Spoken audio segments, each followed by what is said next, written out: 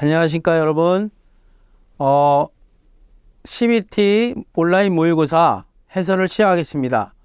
먼저 제1과목으로 산업위생학 개론입니다. 1번 문제입니다. 미국의 산업위생 관련 전문조직, 행정조직인데 이것 중에서 미국 산업위생학회의 약자로 오른 것은, 가끔 이 약자가 산업위생에서는 많이 출제되고 있고 또 거의 미국에 관련된 행정조직이 거의 대부분입니다. 여기서는 미국 산업위생학회는 AIHA로 약자를 사용하고 있고, NIOSH는 미국 국립산업안전보건청입니다. 그리고 OSHA는 이것도 산업안전보건청이고요. 1번은 산업안전보건연구소라고도 얘기를 합니다. 그 다음에 3번에 ACGIH, 요거는 많이 나오는데, 이 ACGIH에서 노출 기준인 TLV를 발표하고 있는데, 요거는 뭐냐면 미국 산업위생 전문가 협의회를 말하고 있습니다. 하여튼 이런 1번 문제에 약자를 물어보는 문제가 가끔 출제되고 있으니까 약자를 잘 숙지해 놓는 게 좋겠습니다. 2번 문제입니다. 2번 문제는 우리나라의 산업위생 역사에 대해서 물어보는 문제인데, 1989년부터 시작된 이 물질이 직업병을 갖다가 집단적으로 유발했던 물질입니다. 알아두실 것은 비스코스 레이온 합성에 이 물질이 사용되며 급성 또는 고농도 노출 시에 사망할 수 있고, 또 1000ppm 수준에서는 정신 이상을 유발하고, 만성 독성으로는 뇌경색증, 다발성 신경염, 협심증, 신부전증을 유발하는 물질입니다. 이거는 비스코스 레이온, 인조견사를 말하는데 이황화탄소가 답이 되겠습니다. 이황화탄소는 CS2라는 물질입니다. 3번 문제입니다. 육체적 작업 능력에 미치는 요소와 내용으로 옳지 않는 것인데, 옳은 것은 정신적 요소는 그 근로자의 태도이고, 육체적 조건은 연령이고, 환경 요소는 고도라는 것은 위로 올라가는 그 높이를 말하죠. 그래서 답이 4번인데, 이 작업 특징이 동기라는 것은 뭐냐면 산업, 안전, 심리의 5대 요소 중에는 동기가 들어갑니다. 여기서 육체적 작업 능력에 영향을 미치지 않는 것은 4번이 되겠습니다. 4번 문제입니다. ACGIH에서 TLV를 발표하는데, 이 TLV를 뭐라고 하냐면 노출 기준이라고 합니다. 노출 기준 적용 시 주의사항으로 옳지 않는 것은, 이 문제는 실기시험에도 TLV 적용 시 주의사항 3가지 또는 4가지를 쓰시오, 이런 문제가 자주 출제되고 있으니까 잘 알아두셔야 되는데, 여기서는 1번 보면 독성 강도를 비교할 수 있는 지표가 아닙니다. TLV는. 그리고 경험 있는 산업위생 전문가가 적용해야 되는 건 맞고요. 그리고 안전과 위험 농도를 구분하는 일반적인 경계선으로 적용하지 않습니다. 답이 3번이 되겠고, 4번 정상 작업 시간을 초과한 노출에 대한 독성 평가에는 적용할 수 없습니다. 이거 외에 보통 우리가 TLV는 대기오염 평가에는 또 사용하지 않고 있습니다. 또 기존의 질병이나 육체적 조건을 판단하는 기준이 될 수가 없고요. 또 24시간 노출 또는 정상 작업 시간을 초과한 노출에 대해서 독성 평가를 적용할 수 없습니다. 이러한 여러 가지 TLV 적용 시에 주의사항이 있으니까 여러분들이 잘 숙지해서 실기시험에도 대비하시길 바랍니다. 5번 문제입니다. 바람직한 교대제, 편성 요건이 자주 출제되는데 여기서 옳지 않은 것을 말하고 있습니다. 1번에 보면 야근은 2, 3일 이상 연속하지 않는다. 굉장히 바람직하고 편성 요건에 해당됩니다. 2번 근무 시간의 간격은 24시간 이상이 적절하다고 했는데, 요게 이제 답이 되겠습니다. 바람직한 교대제 편성 요건으로 근무 시간의 간격은 보통 15시간에서 16시간 이상으로 해야 합니다. 그리고 야근 후의 휴일은 48시간, 즉 이틀 쉬고 할 것을 권하고, 여기서 가면은 얼굴에 쓰는 가면이 아니라 이 수면에 해당되는 것입니다. 근무할 때, 야근 근무할 때 잠깐 조는 것, 그러니까 가짜로 자는 것을 말합니다. 근무 시간에 따라 2시간에서 4시간으로 하는 것이 좋습니다. 그래서 바람직한 교대제 편성 요건을 잘 좀 숙지하시기 바랍니다.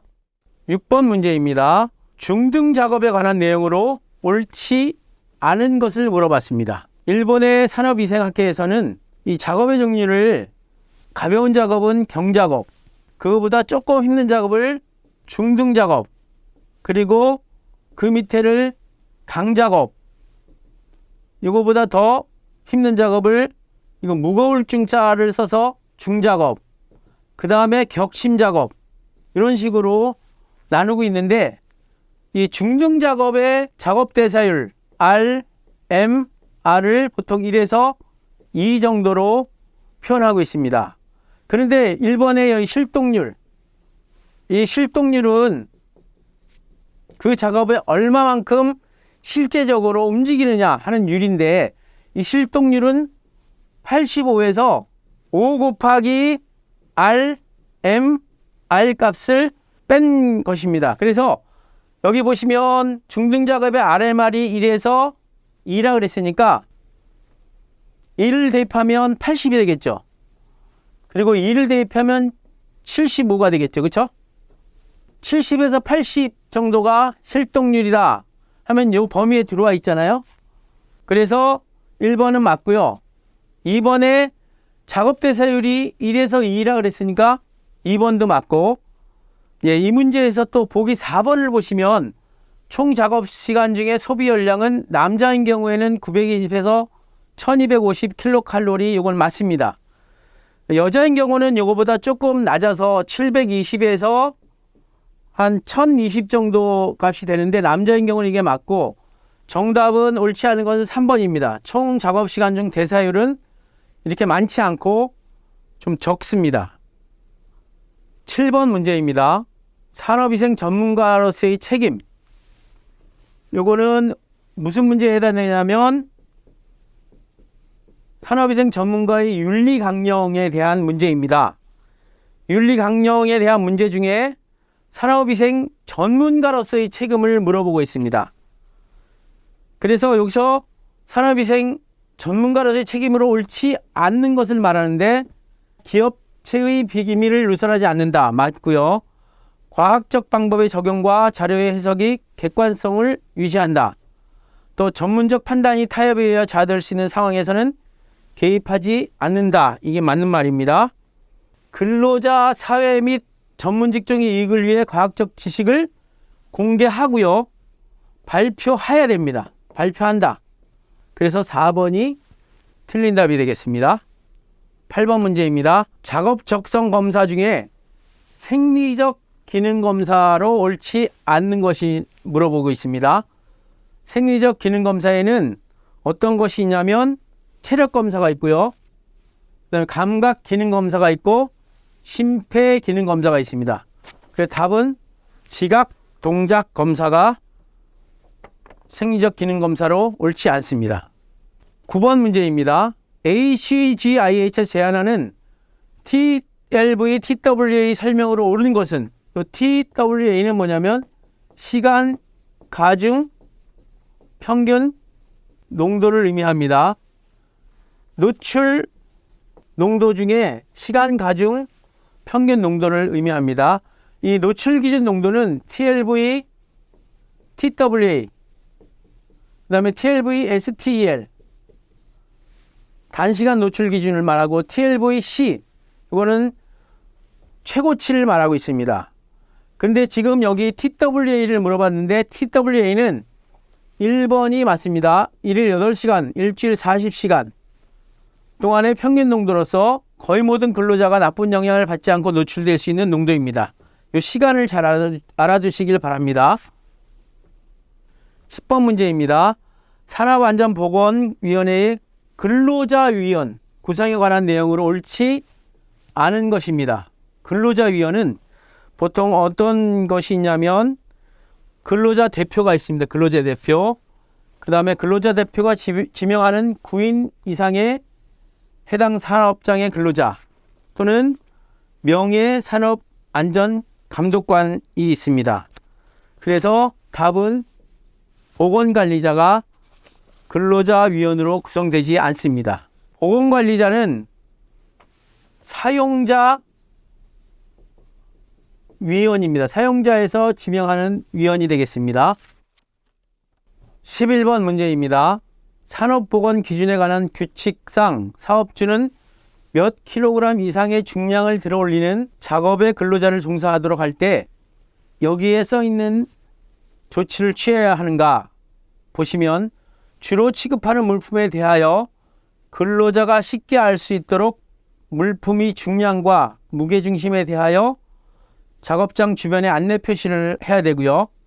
취급하기 곤란한 물품에 대하여 손잡이를 붙이거나 갈고리, 진공 빨판 등의 적절한 보조도구를 활용할 것. 이러한 조건에서 몇 킬로그램 이상의 중량을 들어올리는 작업에 해당되는가 할 때 여기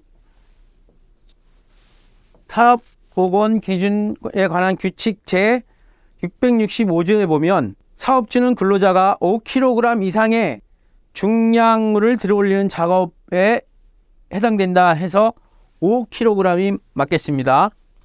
12번 문제입니다. 연평균 근로자 수가 200명인 사업장에서 1년에 12명의 재해자가 발생하였으며 연근로시간이 1인당 2,500시간이었다. 그러면 이 사업장의 연천인류, 이 사업장의 연천인율은 얼마인가? 이렇게 산업통계에 대한 문제인데 그럼 연천인율에 대한 공식이 있습니다. 산업통계 공식은 뭐냐면 평균 근로자 수분의 연간 재해 자수 곱하기 1000입니다. 그래서 이 연간 재해자 수가 12명이고요. 평균 근로자 수가 200명이니까 200분의 12 곱하기 1000을 하면 60이 되겠습니다. 그래서 연천인율은 60이 되겠습니다. 13번 문제입니다. 직업성 질환에 대한 설명으로 옳지 않은 것을 물어봤습니다. 직업성 질환은 일반 질환과 그 한계가 뚜렷하다라고 1번 말하고 있는데 이거는 뚜렷하지 않습니다. 그래서 1번이 답이고 나머지 맞는 것을 잘 좀 알아두시기 바랍니다. 직업성 질환은 재해성 질환과 직업병으로 나눌 수 있고요. 직업병은 저농도로 장시간에 걸쳐 반복 노출로 생긴 질병, 즉 만성 중독에 의해서 생기는 질병을 말하고 직업성 질환이란 어떤 작업에 종사함으로써 발생하는 업무상 질병을 말하고 있습니다. 14번 문제입니다. 근골격계 질환의 특징으로 옳지 않은 것입니다. 이 근골격계 질환은 관리의 목표는 항상 최소화에 있습니다. 근골격계 질환이 발생하지 않아야 되고요. 그리고 특징에 이게 틀렸는데 한 번 악화되면 완치가 어렵습니다. 그리고 3번에 노동력 손실에 따른 경제적인 피해가 크고요. 4번에 단편적인 작업 환경 개선으로 좋아질 수가 없습니다. 전반적인 작업 환경 개선이 필요합니다. 그리고 우리나라의 그 질환의 통계를, 산업 질환의 통계를 보면 근골격계 질환이 굉장히 많은 비율을 차지하고 있는 것을 알 수 있습니다. 15번 문제입니다. 사이토와 오시마가 제시한 관계식을 기준으로 작업 대사율이 7인 경우에 계속 작업의 한계 시간은 약 얼마인가? 이거는 일본에서 발표한 그러한 계속 작업의 한계 시간인데 이 공식을 한번 적어 보겠습니다. 로그 요 TEND가 뭐냐면 계속 작업의 한계 시간입니다. 이런 공식인데 3.724-3.25 로그 RMR 이라는 공식인데 여기 RMR 대신에 작업 대사율이 7이라고 쓰이고 7을 대입하면 TEND를 구할 수 있습니다. 그래서 TEND는 여기서 10분이 되겠습니다. 이 15번 공식도 가끔 실기시험에 나올 수 있으므로 요 사이토와 오시마가 제시한 이 결과식을 여러분들이 잘 좀 알아두시길 바랍니다. 16번 최대 작업 영역에 대한 설명으로 옳은 것입니다. 이 최대 작업 영역과 보통 우리가 작업 영역을 두 가지로 나눌 수 있는데 정상 작업 영역 이렇게 두 가지로 나눌 수 있는데 이 문제는 최대 작업 영역에 대해서 물어보고 있습니다. 정답은 1번으로 양파를 곧게 폈을 때 도달할 수 있는 최대 영역을 말하고 있습니다. 정상 작업 영역은 4번에 팔을 가볍게 몸에 붙이고 팔꿈치를 구부린 상태에서 자유롭게 손에 닿는 영역은 정상 작업 영역을 말하고 있습니다. 17번 문제입니다. 어떤 작업장에서 TCE 농도를 측정하여 다음과 같은 자료를 얻었다. 이 TCE라는 건 유해물질의 종류의 하나입니다. 이들이 대수 정교 분포를 한다고 할 때 기압 평균은 약 몇 ppm이냐 이렇게 물어봤습니다. 여기서 기압 평균을 나타내는 공식이 굉장히 통계학에서 중요한데 루트 요 측정 자료를 다 곱합니다. 30, 33, 40, 80, 150 하고 이 개수 하나, 둘, 셋, 넷, 다섯. 그래서 여기 5를 씁니다. 요거 계산하면 되는데 이걸 다른 식으로 표현하면 30 곱하기 33 곱하기 40 곱하기 80 곱하기 150의 5분의 1승을 나타내고 있습니다. 그러면 정답이 54.4 ppm이 나옵니다. 기압 평균을 구하는 이런 문제는 이러한 그 자료를 다른 값으로 주어지고 많이 문제에 출제되고 있으므로 기압 평균을 구하는 공식을 반드시 알아두시길 바랍니다. 18번 문제입니다. 산업 피로의 검사 방법 중에서 CMI, 즉 코넬 메디칼 인덱스라고 해가지고 미국의 코넬 대학에서 개발한 그러한 조사입니다. 여기에 해당되는 것은 무엇이냐 이렇게 물어봤는데 CMI는 뭐냐면 피로 자각 증상을 검사하는 방법입니다. 그래서 답은 3번이 되겠습니다. 19번 문제입니다. 이 보기에서 작업장의 화학적 노출에 대한 생물학적 모니터링에 대한 설명인데 옳지 않은 것으로 짝지어진 것을 말합니다. A를 보겠습니다. 생물학적 검체인 호기, 흡기는 안 되고요. 호기, 소변, 혈액 등에서 결정인자를 측정하여 노출 정도를 추정하는 방법. 요거는 굉장히 맞는 말입니다. B를 말씀드리겠습니다. 결정인자는 공기 중에서 흡수된 화학물질이나 그것이 대사산물 또는 화학물질에 의해 생긴 비가역적인 생화학적 변화이다. 그런데 이게 비가역적이란 말이 틀렸습니다. 그래서 B는 틀린 답이고 C는 공기 중에 농도를 측정하는 것이 개인의 건강 위험을 보다 직접적으로 평가할 수 있다. 이것도 틀린 말입니다. 개인의 건강 위험을 보다 직접적으로 평가할 수 있는 것은 공기 중의 농도를 측정하는 것이 아니고 A에 나와 있는 것처럼 개인의 혹이나 소변, 혈액 등에서 결정인자를 측정하는 것이 직접적으로 평가할 수 있는 것입니다. 그 다음에 D를 보겠습니다. 목적은 화학물질에 대한 현재나 과거의 노출이 안전한 것인지를 확인하는 것이다. 요거는 생물학적 모니터링의 목적이고요. 그래서 D도 맞는 거고 E는 공기 중에 노출 기준이 설정된 화학물질 수만큼 노출 기준이 있다. 요거는 틀린 말입니다. 보통 공기 중의 노출 기준을 TLV라고 했는데 TLV는 우리나라에는 거의 700여 개의 TLV가 있고 생물학적 노출 기준인 BEI는 수십 개밖에 없습니다. 그래서 그 수만큼 노출 기준이 있는 것은 아닙니다. 그래서 B, C, E가 틀려서 3번이 답이 되겠습니다. 생물학적 개론 20번 마지막 문제입니다. 영국의 외과의사 포트에 의해서 최초로 발견된 직업성 암이라고 했습니다. 이 포트는 외국의 그 산업위생 역사에 대해서 나오는 인물인데 굉장히 시험 문제에 많이 출제되는 그러한 인물입니다. 이거는 영국 의사인데 폿이라고도 합니다. 이 퍼시벌 폿에 의해서 최초로 발견된 직업성 암은 음낭암이 되겠습니다.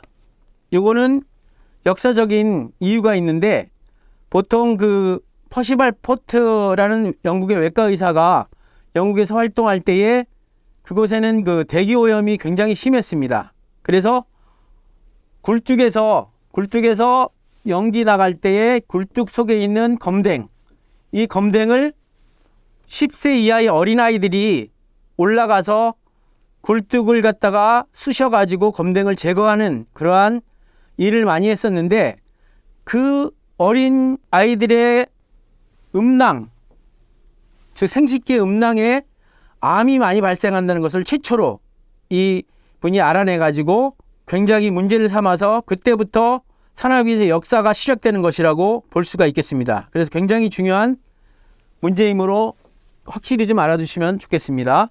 이러한 그 퍼시벌 폿의 노력에 의해서 영국에서는 최초로 굴뚝 청소부법이라는 법이 1788년에 제정되기도 했습니다. 이 음낭암의 또 다른 문제로 많이 나온 것은, 그럼 원인 물질이 뭐냐 할 때에 음낭암의 원인 물질은 PAH라는 물질입니다.